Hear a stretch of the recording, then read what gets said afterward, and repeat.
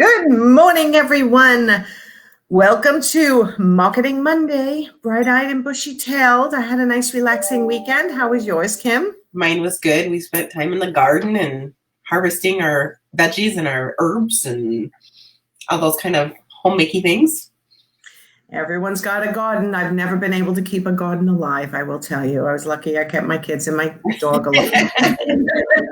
There is no green thumb here. Okay, so I am in my kitchen today. Just needed a change of scenery myself, so hopefully everyone will enjoy my kitchen as opposed to everywhere else that I normally am. And today we're talking about whether your social media is a failure or a success and how to determine that. So this is a huge topic. So maybe we need to break it down to, we start a new initiative on Facebook, and how do we determine whether it's a success or a failure? How long do we need to give it?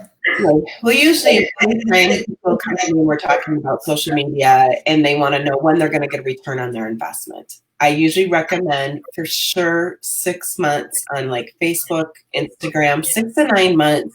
And then if you're using Pinterest, it's even a little bit longer sometimes when you're using that platform. But they provide such huge value. The thing to know is that, first of all, how your initiative that you're planning on social media aligns with your goals for your business. So a lot of people will go, well, I need to be on social media. And I'll go, well, what is the goal and purpose? Well, everyone's on social media.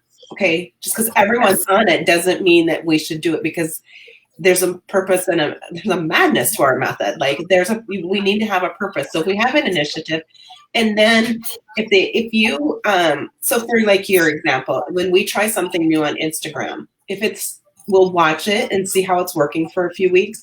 And if it's like, oh, it's just not getting what we want, then we can either tweak it. We can tweak the images, we could tweak the wording, we could add a call to action, add a question, and change that up a little bit to see if we can't get that engagement, get that response that we were originally intending with that campaign.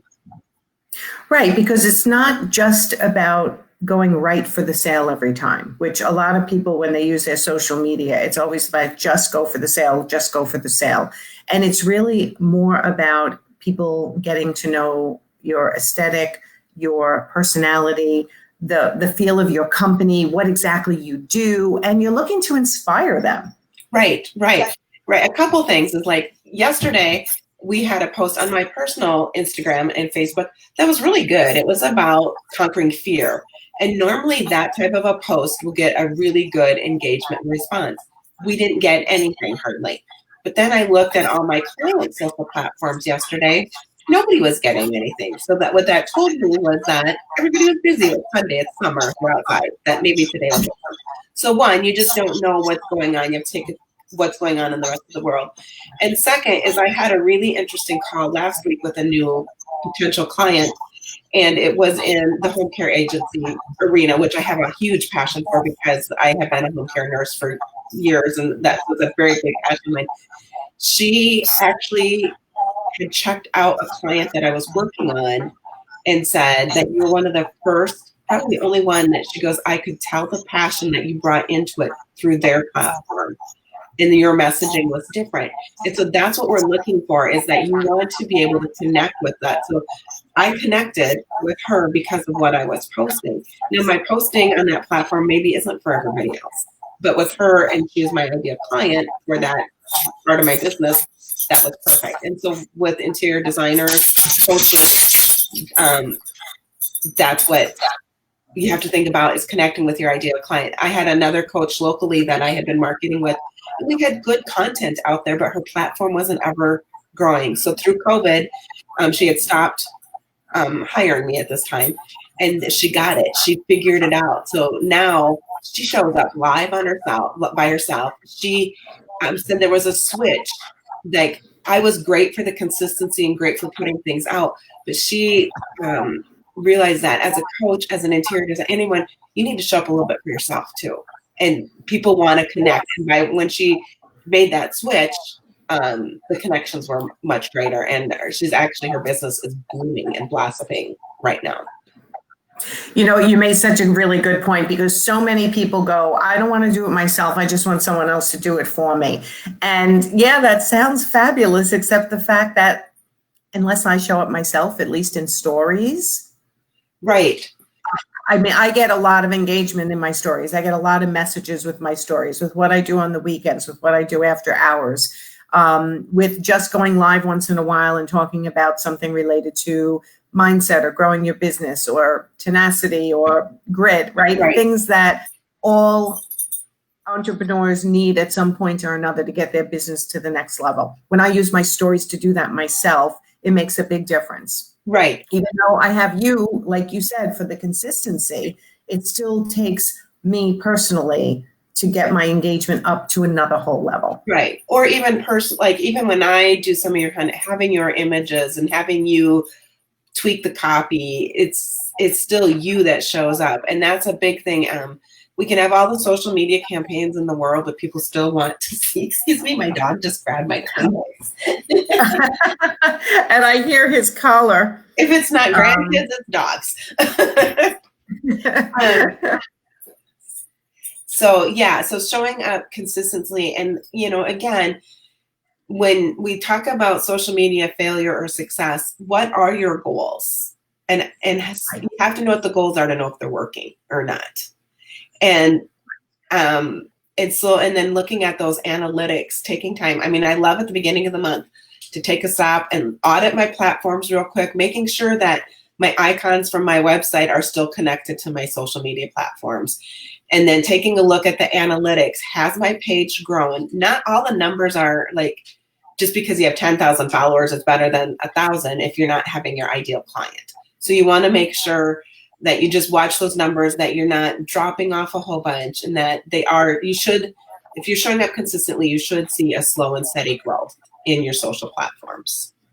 Right. And really, that is the name of the game right now, is slow and steady. Very few people are getting exponential, incredible growth at this point, even on Instagram. It's really been like slow torture, really, right? But here's the thing. You don't need a large following to actually start deriving business from your social media platforms. Right? I mean, right. Yeah, you don't. And some people that have those really large platforms, like that have done a lot of advertising for paid like campaigns to grow their pages and stuff. If you have that part of your strategy, that can really work. But there is one, not to bash anybody, but there is one marketer online that I see a lot of her ads, and I'll get you 10,000 likes in a weekend. Well, what they're doing is they're targeting some of the Mideastern countries where the likes are like 3 cents a like. Well, yeah, but are they your audience? I mean, is that where you're going to get your next client? And so taking a look at where you get your next client. And I actually had a conversation with somebody locally, and they said, well, all of my clients come from referral. That most of ours do come from referral, but they also, like the gal did for my home care, they go and check you out online. We all do. We all do that. So you still need to show up consistently and have a plan for that.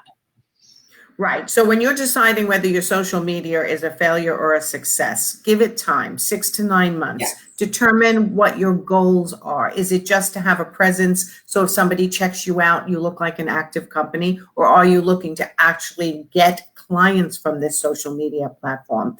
Are you just looking to be a resource to give people ideas and inspiration? Determine what each of your goals are for each of the social media platforms you're on before you determine it's a failure, right? Because it's not always just about followers. It is about a ton of other things. And you need to figure that out in your journey. And that's part of what I do with my clients. It's part of what you do with your clients. Obviously, the best is to get clients from it, but that takes time. It does. A lot of time. And you know what? Here's the thing. A lot of time on your part putting in the work. If you want to grow your social media following, in the beginning, when I first started, I must have been on social media 1.5 hours to 2 hours a day, interacting with other people, with other people's accounts. liking, following, commenting, but really creating that relationship so they would know who I am. And that's still a part of our strategy, but we just don't take as much time to do it because now I have a following and I have a consistent business. So it's either time or money. I say this to my clients all the time. Either you're going to put in the time yourself or you're going to pay someone else to do it. But either way, longevity is the name of the game. It is. You're not. And actually, we changed our policies where we do the contracts and you are minimum 3 to 6 months because you will not you can't even see that impact until about then. And then when you start seeing the magic happen, it is a great, they're great ways to showcase what you do in a relatively, if you do it yourself, it is just your time. It's not like, you think about what a TV spot costs to advertise that, or even, magazines are great. I'm a big magazine reader and believe in magazine advertising, but you can see the metrics so you can switch. So if you have if you have an ad someplace, you don't necessarily know if it's going to work. It goes out, whatever, but with social media, you can switch. It's like, ooh, that ad didn't work. I'm going to switch it up and you can test. And that's the best part about it is you can see how you can connect with your ideal client. And I just, FYI, just had this conversation with a consult I had the other day. They asked me, like, should I be advertising in magazines? And I was like, no. Like, to me, that was a hard no because it was so expensive going to a very small community. And her research had indicated that the past people who had advertised hadn't gotten anything from it. When people are selling to you, it sounds so appealing. But in the end, what do we go to magazines for? Like, oh, I need to hire a handyman, or I need new windows, or I need a new roof, right? We're going through these local magazines sometimes for that stuff. But if you want to really come to someone's attention, it's much harder to pop out of the pages of a magazine than it is to pop out in social media once you really get to know your style and the way to stop people from scrolling. Right. Yeah. It's just a matter of that strategy and that technique and keeping the goals in mind. Right. And like you said, you can tweak it. You can tweak the social media, even if you put ad money behind it. You can change the image. You can change the copy. You can do a video. You can do a stagnant picture. You can change it. Once you print in a magazine, you're stuck with that. Right. And that's the thing, especially when you start going that next level and start doing ads, is that it was very interesting. We did an ad campaign for someone and we did a cold audience and a warm audience. And we used 2 different images for each one. And the cold audience converted with women having coffee, and the warm audience converted with a notebook and a pen. 80 to 20. I mean, it was 80 to 20 difference on both ones. But that we would have known that if we wouldn't have tested. And right. And even if, say if someone has a lead magnet that they're using to capture email addresses or something they want to, for an interior designer or a coach, changing those images up are so easy to do on social media. If you're if you're putting a post on it, just use a different image and see if you get better results. I do that a lot with all of your amazing offerings and resources that you give away, is just put in a different image to see which one connects better with your audiences and see if we can gauge that. Absolutely. Okay. I'm playing around with controls on my side here because BeLive keeps adding new stuff that I can click on, which is a problem. So, all right. So today was all about, is your social media a failure or a success? And let's just determine that it's not a failure or a success. It's a living and breathing entity that needs to be changed and morphed constantly until you figure out whether your goals have been a success using social media. So it's ever changing, just like everything else in running your own business. Right. That's for sure. And showing up and being consistent really is like the biggest key to success.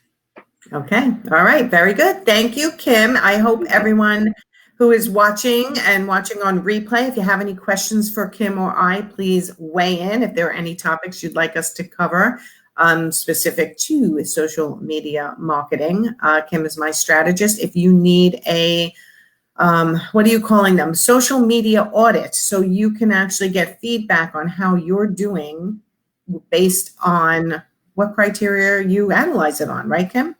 Right. Yep. So I look at what are the standards for each platform to optimize your platforms the best.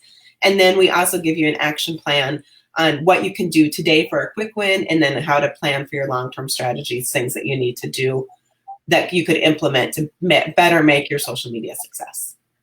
Excellent. Okay, so if you need Kim, reach out to her, please. If you are really struggling to make your interior design business or your coaching and consulting business profitable, that's where I come in. That's my superpower, making people profitable, analyzing your service models, and giving you the confidence to charge your worth. So if you need me, reach out to me, and I will talk to everyone tomorrow, I believe, from Money Talk Tuesday with Megan. Otherwise, Kim and I will see you next Monday.